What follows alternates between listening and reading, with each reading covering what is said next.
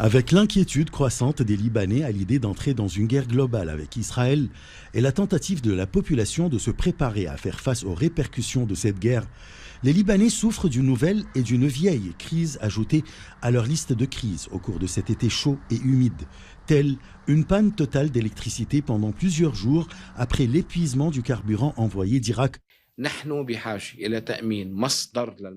Nous devons garantir une source de carburant durable, continue, sûre et fiable.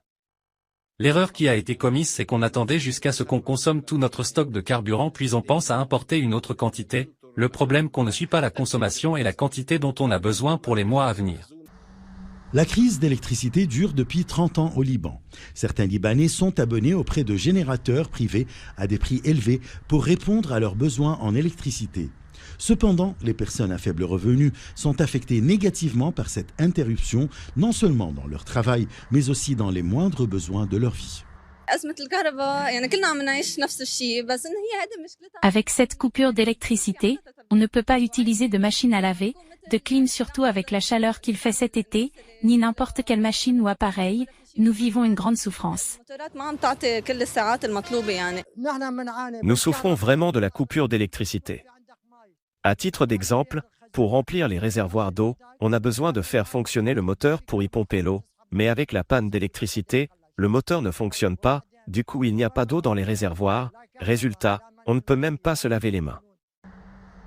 La crise a provoqué l'arrêt de l'approvisionnement en électricité des hôpitaux et des services gouvernementaux, obligeant le ministère à demander à l'armée libanaise de l'approvisionner à partir de sa réserve. En pleine crise, l'Algérie a annoncé l'envoi d'un soutien au Liban, ce qui a redonné aux Libanais l'espoir d'accéder à l'électricité. Sur le plan personnel, je n'ai pas été surpris par la position annoncée par l'Algérie à ce moment-là. Premièrement, cette position indique la profondeur des relations historiques entre le Liban et l'Algérie.